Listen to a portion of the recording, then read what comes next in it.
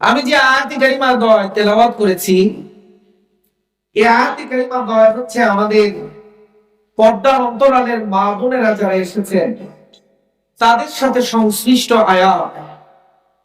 আমি অনেক মাহফিলে যাই, সর্বশেষে মা বোনেরা অভিযোগ করে যে হুজুর, আজকের আলোচনা পুরুষদের জন্য হলো, কিন্তু মেয়েদের জন্য কোনো আলোচনা হলো না। তাই আমি চিন্তা করলাম যে আমার মা বোনদের অধিকার সর্বাগ্রে, লেডিস ফার্স্ট। এজন্য মায়েদের কথা দিয়ে শুরু করি। মা আসলে আপনিও আসবেন ইনশাআল্লাহ। আমার মাদেরকে দিয়ে কি আমি শুরু করতে পারি ইনশাআল্লাহ? নিশ্চয়ই। জোরে বলেন, শুরু করতে পারি? আল্লাহ তাআলা কবুল করুক, আমিন। আল্লাহ রাব্বুল আলামিন এই দুইটি আয়াতে কারিমার মধ্যে নবী করিম সাল্লাল্লাহু আলাইহি ওয়াসাল্লামের যারা সম্মানিত স্ত্রীগণ ছিলেন, তারা হচ্ছেন আমাদের মায়েদের জন্য মডেল, তারা হচ্ছে আমাদের মায়েদের জন্য নমুনা। আল্লাহ তাআলা তাদেরকে খেতাব করে, তাদেরকে অ্যাড্রেস করে মেয়েদের চারিত্রিক অ্যাজ এ ডেপিক পিকচারটা কি হবে আল্লাহ রাব্বুল আলামিন সে কথাগুলো এই দুইটি আয়াতের মধ্যে উল্লেখ করছেন। আসুন, যারা কোরআনে কারীম তেলাওয়াত করতে জানেন আমার সাথে তেলাওয়াত করেন, আর যারা তেলাওয়াত করতে জানেন না একটু আমার সাথে তেলাওয়াত করার চেষ্টা নেন। হতে পারে আপনার এই প্রচেষ্টার কারণে আল্লাহ তাআলা আপনার জবান নাড়ানোর কারণে আপনার প্রতি অক্ষরে অক্ষরে 10 করে নেকি আল্লাহ তাআলা আপনার আমলনামায় লিখে দিবেন। أعوذ بالله من الشيطان الرجيم. بسم الله الرحمن الرحيم. يا نساء النبي لستن كأحد من النساء لستن كأحد من النساء إن اتقيتن فلا تخضعن بالقول وقلن قولا معروفا وقرن في بيوتكن ولا تبرجن تبرج الجاهلية الأولى وأقمنا الصلاة وآتينا الزكاة وأطعنا الله ورسوله إنما يريد الله ليذهب عنكم الرجس أهل البيت ويطهركم تطهيرا الله أكبر. আমার ভাইরা, আল্লাহ রাব্বুল আলামিন মেয়ে জাতিদেরকে সম্মানিত করেছেন। মেয়েদেরকে আল্লাহ তাআলা অনেক দামি বানিয়েছেন। আমার সামনে কোরআনে কারীম, এই কোরআনে কারীমের মধ্যে 114টা সূরা। এই সূরাগুলোর নামকরণ করেছেন মহান আল্লাহ। একে তাফসীরের ভাষায় বলা হয় তাওকীফি। কোন সূরার কি নাম আল্লাহ তাআলা দিবেন এটা আল্লাহর ব্যাপার। এটা নবী আলাইহিস সালাম এই সূরাগুলোর নাম দেন নাই, প্রত্যেকটা সূরার নাম দিয়েছেন আমার আল্লাহ। জোরে বলেন কে? আল্লাহ। আরো জোরে বলেন কে? আল্লাহ। আল্লাহ রাব্বুল আলামিন গোটা কোরআনের মধ্যে পুরুষ নামে একটি সূরা আল্লাহ তাআলা অবতীর্ণ করেন নাই। আল্লাহ রাব্বুল আলামিন মেয়েদেরকে দিয়ে একটি সূরা অবতীর্ণ করিয়েছেন। সেই সূরার নাম আল্লাহ তাআলা দিয়েছেন সূরা নিসা। কোরআনে কারীমের সূরার ধারাবাহিকতার মধ্যে যদি লক্ষ্য করেন, প্রথম সূরার নাম হলো সূরা ফাতিহা। তারপরের নাম হলো বাকারা, তারপরের নাম হলো আলে ইমরান, তারপরের নাম হলো সূরাতুন নিসা। আল্লাহ রাব্বুল আলামিন ফাতিহা দিয়ে শুরু করেছেন কোরআন, এরপরে বাকারা কেন এনেছেন, গরু কেন আনলেন? এর মধ্যে অনেক কারণ আছে। মুফাসসিরিন ইকরামগণ বলেন, এই পৃথিবীর মধ্যে আল্লাহ তাআলা যত প্রাণী সৃষ্টি করেছেন, মানুষের জন্য সবচেয়ে কল্যাণকর হলো গরু। গরুর মাত্র একটা জিনিস কাজে লাগে না, গরুর প্রসাব। এইটা কোন কাজে লাগে সেটা আমরা জানি না। এছাড়া গরুর মধ্যে আল্লাহ তাআলা যত কিছু দিয়েছেন সবগুলোই মানুষের জন্য নেফা। গরুর হাড় বলেন, গরুর গোবর বলেন, গরুর চামড়া বলেন, গরুর শিং বলেন, যা কিছু দিয়েছেন, গরুর দাঁত বলেন, যা কিছু আল্লাহ দিয়েছেন সব কিছু মানুষের জন্য উপকারী। জোরে বলেন সুবহানাল্লাহ। 3 নম্বর সূরা, সূরা আলে ইমরান। এখানে আল্লাহ তাআলা একটা পরিবারের গল্প আলোচনা করেছেন, ইমরানের পরিবার। তারপরে আল্লাহ তাআলা 4 নম্বর গিয়ে সূরা নিসা, একটা পরিবারের মধ্যে সবচেয়ে মূল জিনিস হচ্ছে একজন নারী। এই নারী সম্মানিত করে রব্বুল আলামিন একজন নারীর নামে সূরা নামকরণ করেছেন। কোরআনের মধ্যে একটি সূরাও আপনি খুঁজে পাবেন না যে সূরার মধ্যে আল্লাহ তাআলা সূরাতুর রিজাল, পুরুষ নামে আল্লাহ তাআলা সূরা নাযিল করেছেন। মহান আল্লাহ রাব্বুল আলামিন নারীদেরকে আল্লাহ তাআলা কোরআনের মধ্যে বিশেষ সম্মান দিয়েছেন। নারীরা কোনো দিক দিয়ে পিছিয়ে নাই ইসলামের মধ্যে। নারীরা সর্বাগ্রে ঈমানের যেমন সাক্ষী, পুরুষ যেমন হাদিস করলে যেমন পাওয়া যায় পুরুষের যেমন ঈমানের ত্যাগ আছে, অবিকল ভাবে নারীদেরও ঈমানের ত্যাগ হাদিস করলে পাওয়া যায়। ফেরাউনের জামানায় একজন ব্যক্তি, স্ত্রী এবং স্বামী, দুইজন ব্যক্তি 100 বছর পর্যন্ত ঈমানকে গোপন রেখেছিল। একজনের নাম মাশেতা এবং তার স্বামীর নাম হাদিসের মধ্যে উল্লেখ করা হয়েছে হিজকিল। মাশেতা ছিল ফেরাউনের মেয়ে, প্রতিদিন মাথার চুলগুলো আশ্রয় দিত, প্রতিদিন হাত পায়ের নখগুলো পরিষ্কার করে দিত। এই মহিলাটার নাম ছিল মাশেতা। জোরে বলেন কি? জোরে বলেন কি? মাশেতা। আরবিতে মুশতুন মানে হচ্ছে চিরুনি। আমাদের যে চিরুনি দিয়ে দাড়ি আশ্রয়, চুল আশ্রয়, একে আরবিতে বলে মুশতুন। জোরে বলেন কি? আচ্ছা, তাহলে এই মাহফিলে এসে একটা আরবি তো শিখতে পারলেন, এইটা আপনাদের আজকে মাহফিলের আজকে কামিয়াব। তাহলে চিরুনির আরবি কি বলেন সবাই? জোরে বলেন মুশতুন। মাশেতার কাজ ছিল মুশতুন থেকে মাশেতা, মানে যে চিরুনি করনে ওয়ালি, চিরুনি করে দেয়। ফেরাউনের মেয়ে প্রতিদিন মাথার চুল আশ্রয় দেয়, হাত পায়ের নখগুলো পরিষ্কার করে দেয়। একদিন বিকাল বেলা মাশেতা ফেরাউনের মেয়ের মাথার চুল আশ্রয় দিচ্ছে। এমন তো সময় মাশেতার হাত থেকে চিরুনিটা পড়ে গেছে। মনের অজান্তে 100 বছর ঈমানকে গোপন রেখেছে।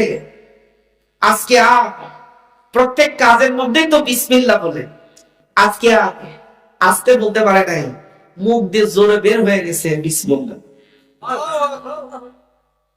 এই বিসমিল্লাহর দাম কত জানেন নাকি? জোরে বলেন জানেন? আমরা জানি না, কারণ আমরা সেই মাকামে পৌঁছাই নাই। যদি মাকামে পৌঁছাই, বিসমিল্লাহ করে যদি আপনি ফু দেন, 1 ফুতে কাজ হয়ে যাবে। এগুলো গল্প শোনাচ্ছি না। হযরত আমিরুল মুমিনিন ওমর আব্দুল খাত্তাব রাদিয়াল্লাহু তাআলা আনহু, অর্ধ জাহানের বাদশা, তার কাছে রোমান এম্পায়ার, রোমানের রাজা চিঠি লিখছে। যারা বলেন কি লিখছে? আমার কথা কি বোঝা যায় আপনাদের কাছে? আল্লাহ ফখরুদ্দীন রাজি রাহমাতুল্লাহি আলাইহি তাফসীরে কবিরের মধ্যে ঘটনাটা উল্লেখ করেন।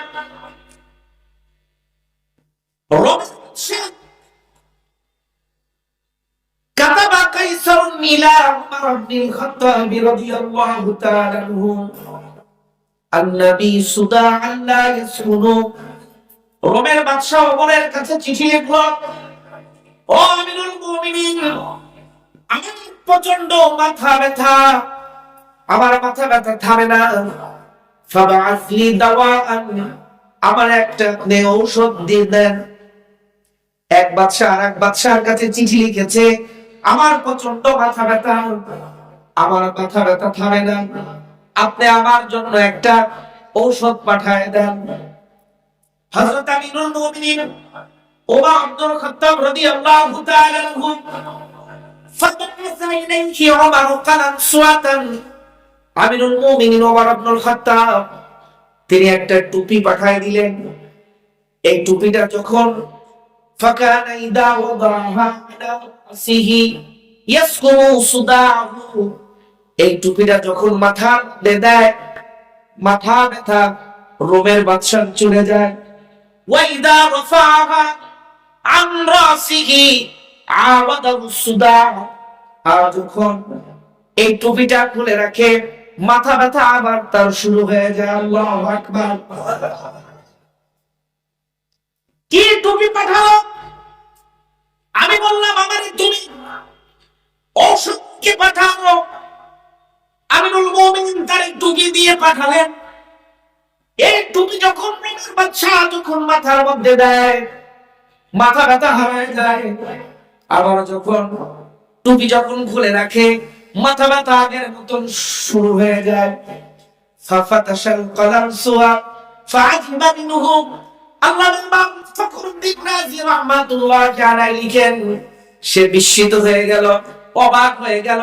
টুপির মধ্যে কি আছে আমি এইটা আগে বাই করব, টুপির মধ্যে কি জিনিস আমি দেখি আগে। এই রোমের বাদশা টুপিকে খুললো, সব টুপি ছিন্ন ভিন্ন করে খুলে দেখলো এই টুপির মধ্যে কিছু নাই। এই টুপির মধ্যে ছোট্ট একটা কাগজ, এটা মোড়ানো।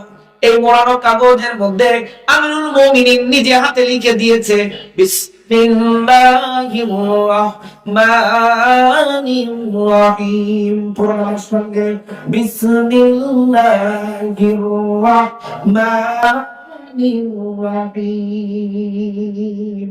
আপনি যখন ওই কাগজে পৌঁছে যাবেন তখন আপনার একটি কথা দাও জমিন সমান পর্যন্ত আল্লাহর কাছে বলতে হবে। এই কামালিয়াত অর্জন করতে হবে। আমার প্রিয় ভাই, মা সেটা আমার কথা ছিল, কোন নারী, ইসলাম নারীকে খাটো করেন, ইসলাম নারীর মর্যাদা দিয়েছেন পুরুষের চাইতে বেশি। আমি বেশি কোন সময় পাবো না, এর জন্য সব কথাগুলো আমি শেষ করতে পারবো না। আল্লাহ তাআলা নারীকে সম্মানিত করেছে। নারীর ত্যাগ ও ইসলামের মধ্যে কম নাই, অনেক বেশি নারীর ত্যাগ। মা সে তার দায়িত্ব ছিল,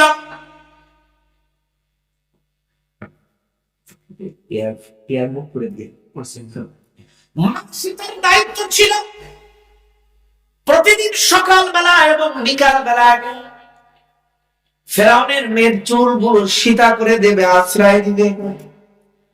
আজকে চুল আশ্রানোর সময় হাতের থেকে ইদ সাকাতাতিল মিদরামিন বাইনি ইয়াদাইহা।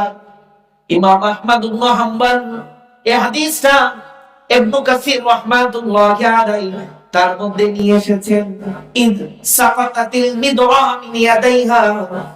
ওই মাসে তার হাতের থেকে চিরুনিটা পড়ে গেল।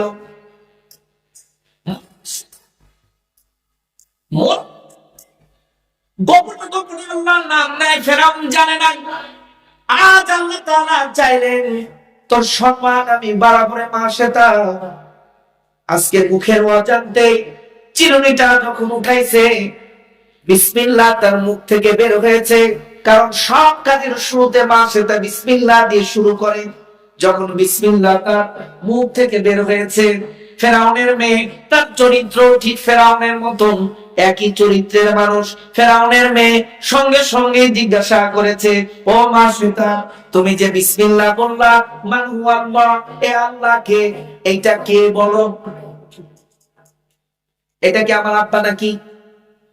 নাউযুবিল্লাহ। মা শ্বেতা জবাব দেন, আল্লাহ কি? আল্লাহ রাব্বুকুম ওয়া রাব্ব আবাইকুমুল আউয়ালিন। পড়ার সঙ্গে আমার যারা কোরআন পড়তে পারেন একটু জবান নাড়ান, আর যারা কোরআন পড়তে জানেন না একটু ঠোঁট নাড়ান। আল্লাহ তাআলা তাদের জবানকে কবুল করে নিন। জোরে বলেন আমিন। আরো জোরে বলেন আমিন। পড়ুন আল্লাহু রাব্বাকুম, জোরে আল্লাহু রাব্বাকুম ওয়া রাব্ব আবাইকুমুল আউয়ালিন।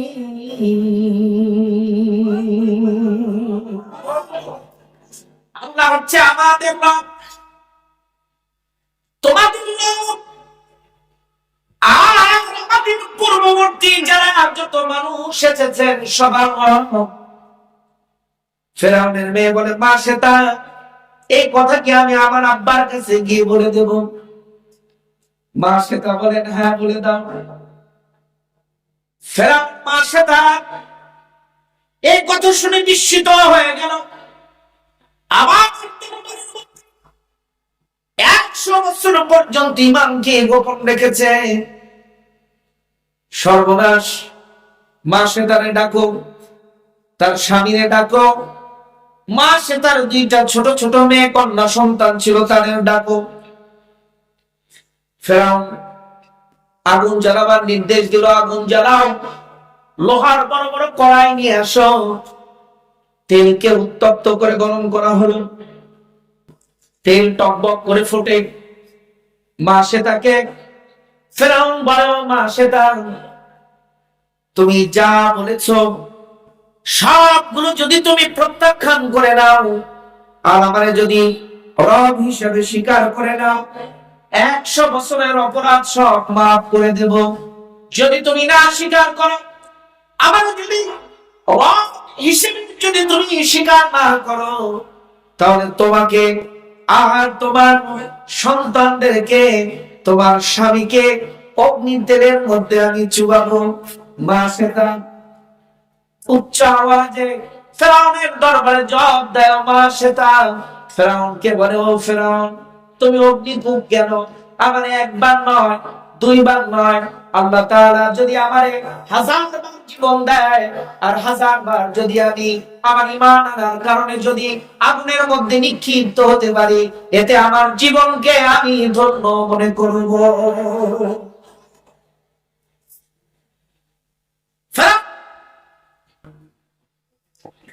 সৈন্যবাহিনীকে হুকুম দিল,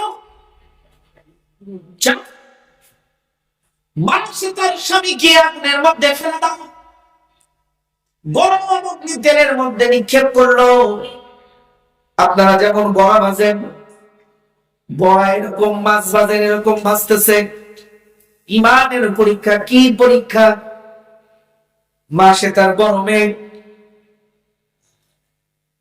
6 বছর বয়স, তাকে অগ্নিকূপের মধ্যে ফেলে দেওয়া হলো। এবার মা শ্বেতার ছোট মেয়ে, দুগ্ধ শিশু, দুধ খায়, একেবারে দুধের শিশু, 2-3 মাস বয়স। মা শ্বেতার কোল থেকে ফেরাউন জোর করে টান দিয়ে আগুনের তেলের মধ্যে যখন ফেলবে, মা কাটা কবুতরের মতন ছটফট করে কাঁদে। আরে আমার দুধের শিশু, অবুঝ দুধের শিশু, তাকে কেন মারবা? আমার ভাইরা, আল্লাহ রাব্বুল আলামিন মা শ্বেতা দেনকে আল্লাহ তাআলা আত্মিকভাবে ঠান্ডা করে দিলেন। এই দুধ খাওয়া 2 মাসের শিশুর মধ্যে রব্বুল আলামিন উচ্চ আওয়াজে জবানে আওয়াজ বের করে দিলেন। মা শ্বেতার দুগ্ধ শিশু চিৎকার দিয়ে মা শ্বেতাকে ডাক দিয়ে বলে, ও মা, আন্দারা মান দরকে ই যাব খুশাম আন্দার আমার দরকে ইজাব খুশাম গর্বে সুরত দরমিয়ানি আতশাম। তুমি দেরি করো না, লাভ দাও, অগ্নিজলের মধ্যে তুমি ঝাঁপ দাও। তুমি মনে করেছো ফিরআউন এইটা আমাদের জন্য আগুনের কূপ বানিয়ে রেখেছে? ও আমার মানা, আল্লাহ তাআলা এই কূপের মধ্যে আমাদেরকে আল্লাহ তাআলা বেহেশতের বাগান আল্লাহ তাআলা বানিয়ে রেখেছে। আন্দার আমার দরকে ইজাব খুশাম, আন্দার আমার দরকে ইজাব খুশাম গর্বে সুরত দরমিয়ানি আতশাম। ফিরআউন এই দুধের শিশুটার চিৎকার দিয়ে যখন কথা বলেছে, তারাও আগুনের মধ্যে ফেললো। তাই আব্দুল আব্বাস রাদিয়াল্লাহু তাআলা বলেন, চারজন দুধের শিশু দুধ পানরত অবস্থায় কথা বলেছে। জোরে বলেন কয়জন? কয়জন? চারজন শিশু দুধ পানরত অবস্থায় কথা বলেছে। চারজন ব্যক্তি মৃত্যুর পরে কথা বলার সুযোগ পেয়েছে। জোরে বলেন সুবহানাল্লাহ। এগুলো সব কোরআন হাদিসের মধ্যে আছে। চারজন শিশু দুধ পানরত অবস্থায় কথা বলেছে। চারজন শিশু, চারজন ব্যক্তি মৃত্যুর পর তারা মানুষের সাথে কথা বলেছে। ও আমার ভাইরা, এই ঘটনাগুলো আজ বলার সুযোগ নাই। আমি যে কথা বলতেছিলাম, ঈমানের জন্য পুরুষের যেমন ত্যাগ, নারীরাও তেমন ত্যাগী ছিলেন। ইসলাম সেটাকে স্বীকার করেছে। মা সেটা তার স্বামী তার দুইটি কন্যাকে যখন অগ্নি তেলের মধ্যে নিক্ষেপ করে দিল,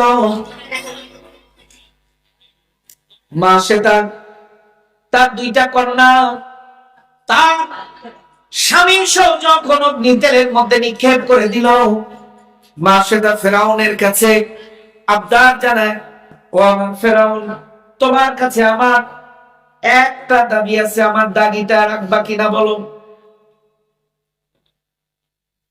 ফেরাউন বলে, ও মা সেটা 100 বছর আমার ঘরে তুমি আমার খেদমত করেছো, মরার আগে তোমার একটা দাবি আমি মানবো না, এটা কোনো কথা? তোমার একটা দাবি আমি মানবো, কি দাবি বলো?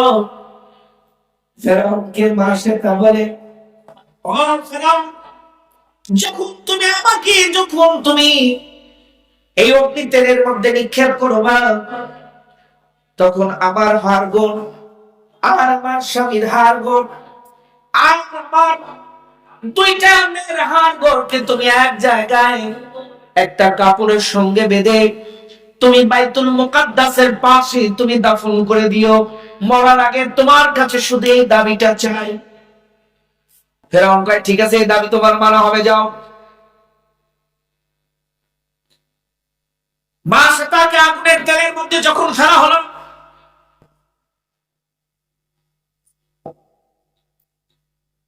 চারজন ব্যক্তির হাড়গোড় এক জায়গায় জমা করে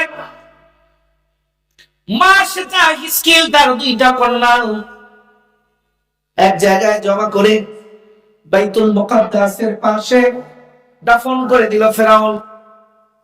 আল্লাহর নবী আলাইহিস সালাম যখন মেরাজে তিনি গেলেন, এই কিছুদিন আগে যে রজব মাস চলে গেল, সুবহানাল্লাযী আসরা বিআবদিহি লাইলাম মিনাল মাসজিদিল হারাম ইলাল মাসজিদিল আকসা আল্লাযী باركنا حوله لنريه من آياتنا إنه هو السميع البصير।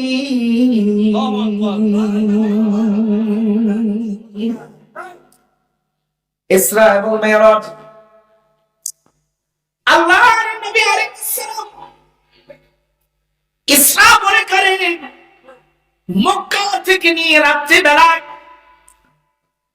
বাইতুল মুকাদ্দাস পর্যন্ত সফর, আবার বাইতুল মুকাদ্দাস থেকে বাইতুল্লাহ রাত্রি সফর। এইটার নাম হলো ইসরা। আর মেরাজ বলে বাইতুল মুকাদ্দাস থেকে 7 আসমানের উপরে আল্লাহর সাথে দিদার, আল্লাহর সঙ্গে সাক্ষাৎ, জান্নাত জাহান্নাম পরিভ্রমণ করা, সামগ্রিক আল্লাহর কোন কায়নাত পরিদর্শন করে আবার বাইতুল মুকাদ্দাস পর্যন্ত ফিরে আসা, শরীয়তের পরিভাষায় এই জানে বলে মেরাজ। এটা কি বল? জোরে বলেন কি? আল্লাহ কি বল?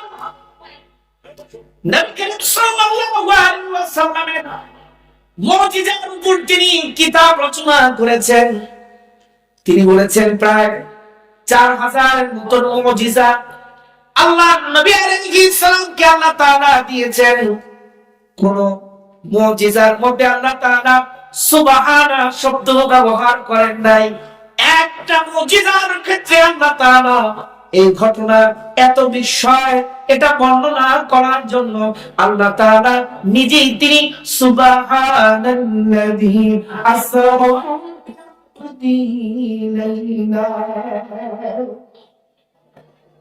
নিজেই আল্লাহ সুবহানাল্লাহ বলে নিজেই সুবহান শব্দ দিয়ে এই ঘটনা প্রবাহ শুরু করেছেন। জোরে বলুন না সুবহান। আল্লাহ নবী আলাইহিস সালাম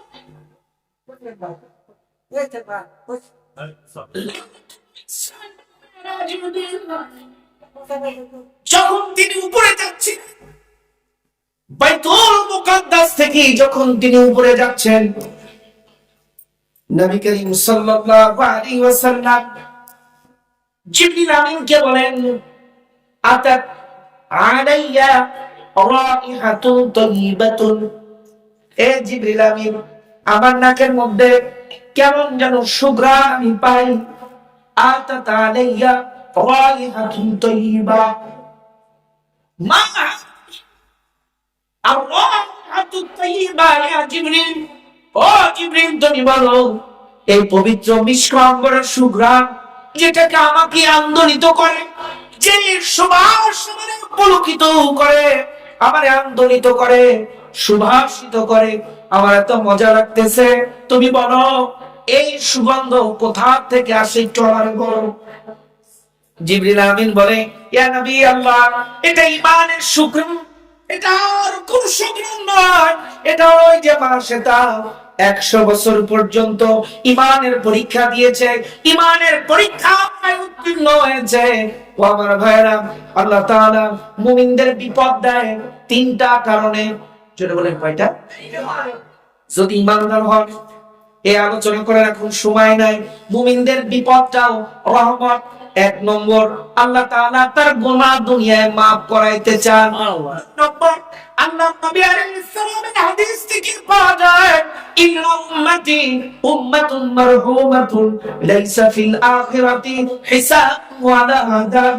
আমার উম্মতের মধ্যে এক শ্রেণীর উম্মত আছে যাদের কি আল্লাহ তাআলা দয়া করেছে, যাদের মরার পর হিসাবও নাই আর যাদের আযাবও নাই। আল্লাহ ওই আযাবগুলো দুনিয়ায় আল্লাহ মুমিনদেরকে রোগ বালার মাধ্যমে আল্লাহ তাআলা দিয়ে নিঃশেষ করে দেয়। আল্লাহ তাআলা বিপদের মাধ্যমে পদমর্যাদা বৃদ্ধি করেন, মুমিনদের সম্মান আল্লাহ তাআলা বৃদ্ধি করে দেন। ইন্না মাআল উসরি ইউসরা। ও আমার ভাইরা, হযরত ইউসুফ আলাইহিস সালাম তাকে যখন কুফরের মধ্যে ফেলে দিত, আর যদি এই বিপদ তার উপর না আসতো, মিশরের বাদশা কোনদিন ইউসুফ হওয়ার যোগ্যতা পাইতেন না। এই বিপদের মাধ্যমে আল্লাহ তাআলা তার বাদশাহিত্ব দান করেছে। নবী আলাইহিস সালাম সফর মাসের শেষ দিকে পালিয়ে আবু বকরকে সাথে নিয়ে তিনি হিজরত করেছেন। আপাত দৃষ্টিতে মনে হয়েছে এটা পরাজয়, এটা বিপদ নয়। এই পরাজয়ের উপর সওয়ার করে আল্লাহ তাআলা তাকে তামাম জাহানের আল্লাহ ক্ষমতা দিয়েছেন। জন্য সুবহানাল্লাহ। নারী কথা আল্লাহ তাআলা কোরআনে বলেছেন। এটা নারী, যার কথা বললাম সে একজন মেয়ে। সে কি? মাসেতা। আমার উম্মতি মুহাম্মদের মধ্যে সর্বপ্রথম যিনি ঈমান গ্রহণ করে ধন্য হয়েছেন, তিনি কোনো পুরুষ নন। ও আমার ভাই, উম্মতি মুহাম্মাদের মধ্যে সর্বপ্রথম ঈমান আনার সৌভাগ্য যিনি অর্জন করেছেন, তিনি কোনো পুরুষ নন, তিনি হচ্ছেন আমাদের মা খাদিজাতুত তাহেরা। যদি বলুন না সুবহানাল্লাহ।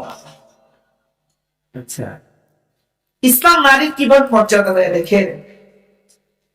আমি তো থানা মসজিদে জমা পড়াই, তো আমার ওসি স্যার আমারে বলে, হুজুর আপনি তো মেলা জায়গা মাহফিল করেন, তো উনি বলে যে আমি বাংলাদেশের না হলেও 20টা জেলাতে চাকরি করছি, মেলা মাহফিলে গেছি, কিন্তু হুজুররা মেয়েদের কোনো ওয়াজ করে না, নারীদের কোনো ওয়াজ করে না, খালি পুরুষদেরই ওয়াজ করে। বিশেষ করে মেয়েরা যে তাদের অধিকার আছে, সম্পদের অধিকার, এটা আলেম ওলামা মাহফিলে ওভাবে বলেও না, আর ওভাবে নারীরা জানেও না। আমার ভাইরা, কোরআনে কারীমের মধ্যে পরিত্যক্ত সম্পদ, নারী এবং পুরুষের যে ওয়ারিসানা সম্পদ, এটাকে হাদিসের ভাষায় বলা হয়েছে নিসফুল ইলম, জ্ঞানের অর্ধেক। আল্লাহ তাআলা সমগ্র জ্ঞান, একটু বুঝে নেন এই কথাগুলো, সব বিষয়ের শরীয়তের ক্ষেত্রে আল্লাহ তাআলা শুধুমাত্র মুতলাকান অর্ডার দিয়েছেন, কিন্তু তার সব প্রোগ্রাম ডিরেক্টর বানিয়ে দিয়েছেন রাসূলুল্লাহ সাল্লাল্লাহু আলাইহি সাল্লামকে। হুকুম দিয়েছেন ওয়া আকিমুস সালাত, হুকুম দিয়েছেন ওয়া আতুন যাকাত, হুকুম দিয়েছেন ওয়াসুমু, হুকুম দিয়েছেন ওয়া আতিমুল হজ্জ ওয়াল উমরাতা লিল্লাহ। কিন্তু হজ করবেন কেমনে, উমরা করবেন কেমনে, যাকাত কেমনে দিবেন, নামাজ কেমনে পড়বেন, এটা রাসূলুল্লাহ সাল্লাল্লাহু আলাইহি ওয়াসাল্লামের হাতে সব ছেড়ে দিয়েছেন। এক্সেপশনাল হচ্ছে আমাদের পরিত্যক্ত সম্পদ, যেটা আল্লাহ তাআলা কোরআনের মধ্যে নিজে অঙ্ক করেছেন, নিজে আল্লাহ তাআলা কার কতটুকু অংশ, পুরুষ কতটুকু, নারী কতটুকু, কার কতটুকু অংশ, এই অংশটুকু আল্লাহ কোরআনের মধ্যে নিজে অঙ্ক করেছেন। সুবহানাল্লাহ। তো আজ নারীরা সম্পদ থেকে বঞ্চিত। আমার মারা জানেন না, আর আপনারাও জানেন না, সমাজের মধ্যে মা বাবার খেদমতের হজ অনেক বেশি হয়। যেটা বলেন ঠিক কিনা? মা বাবার হজ করলে যারা আমার প্রবীণ প্রবীণা বয়স্ক আছেন, তারা খুব খুশি হন। কিন্তু আপনি কি জানেন, মা বাবার অধিকারের আগে সন্তানের অধিকারের হজ আল্লাহ তাআলা কোরআনে শিখিয়েছেন। একটু বুঝে নেন, মা বাবার অধিকারের হজ করেছেন আল্লাহ কোরআনের মধ্যে 6 জায়গায়। কয় জায়গায়? আর সন্তানের অধিকারের ব্যাপারে আল্লাহ কোরআনে হজ করেছেন 33 জায়গায়। তাহলে কোনটা বেশি করলেন, ছেলে মেয়ে নাকি মা বাবা? মা বাবার অধিকার সর্বাগ্রে, শিরোধার্য, এতে বিলাস বলা হয়, এতে কোনো সন্দেহ নাই। কিন্তু সন্তান আগে গাছ ফল খাবেন না আগে গাছ চাষ করবেন? কোনটা?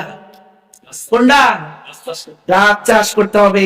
এই মা বাবা সন্তানকে কিভাবে তরবিয়াত করতে হবে, কিভাবে লালন পালন করতে হবে, সেগুলো বাইরে যাওয়া দরকার নাই, এই কোরআনে শিখাতে হবে।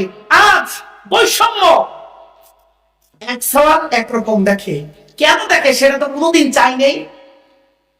সন্তানের মধ্যে সমতা বিধান করা এটা ফরজ। আরেকটু আমার সময় শেষ হয়ে গিয়েছে, এজন্য আমি 1 মিনিটের মধ্যে শেষ করে দিচ্ছি। ছেলে এবং মেয়ে জীবিত অবস্থা, ছেলে এবং মেয়ে জীবিত অবস্থা মা বাবার অধিকার সম্পদ যা পাবে সব সমান। মা বাবা মারা গেলে লিযাকারি মিসলু হাযযিল উনসায়াইন, তখন 2 মেয়ে সমান 1 ছেলে পাবে। আর জীবিত অবস্থায় একই ব্র্যান্ডের ঘড়ি, একই ব্র্যান্ডের ব্যাগ, একই ব্র্যান্ডের জামা কাপড়, একই ব্র্যান্ডের স্কুল, একই ভালোবাসা। সাওয়ালরা একদিন রান দিলে মেয়েকে একদিন রান দিতে হবে, মেয়েকে একদিন যদি আপনি ঠ্যাং দেন, মাছের পিছা দেন, সওয়ালকেও একদিন দিতে হবে। ফাত্তাকুল্লাহ ওয়া আ'দিলু বাইনা আওলাদিকুম। আপনার নবী আলাইহিস সালাম বলছেন, আল্লাহকে ভয় করো, এই ভয়ের উপর দণ্ডায়মান থেকে সন্তানদের উপর সমতা বিধান করা ওয়াজিব নয়, সুন্নাত নয়, ফরজ ফরজ ফরজ। আমার ভাইরা, এই অধিকারের কথা ওয়াজ করতে গেলে আমার 2 ঘন্টা লাগবে, কিন্তু তাতে আপনাদের অনেক গায়ের মধ্যে জ্বর এসে যাবে, অনেক কষ্ট করবেন। এই হুজুর কি করছে, আসলে আমরা কি কি করি আর হুজুর কি করছে, কিন্তু আমার মা বোনেরা জানে না। আমার মা বোনেরা যে কতটা বঞ্চিত। আজ অধিকাংশ থানার মধ্যে মামলা 50% হচ্ছে ভাই বোনের জমি জমার বিরোধ। কি গুন্ডা সে অভিযোগ করে সে জমি জমা আমাকে খায় খাইছে, জমি জমা দিচ্ছে না। জোর বলেন ঠিক কিনা? আমার সময় শেষ, আমাদের সুজা ভাই অপেক্ষা করছে, আর আমি কথা বলতে পারলাম না। আমার হারুন স্যারকে নিয়ে আসতে, যে স্যারের একটু অশ্বরী, তা আমি তো ইনশাআল্লাহ যদি কোনোদিন আসি ইনশাআল্লাহ ইনশাআল্লাহ আমার কথাবার্তার মধ্যে ভুল ত্রুটি হয়ে গেলে ক্ষমা করে দিবেন। আর আমার আব্বা শেষে আছে, দোয়া চাই, তার জন্য দোয়া করবেন। আল্লাহ তাআলা আমার আব্বাকে সুস্থ রাখুন। সুবহানাল্লাহি ওয়া বিহামদিকা আশহাদু আল্লা ইলাহা ইল্লা আনতা আস্তাগফিরুকা ওয়া আতুবু ইলাইক।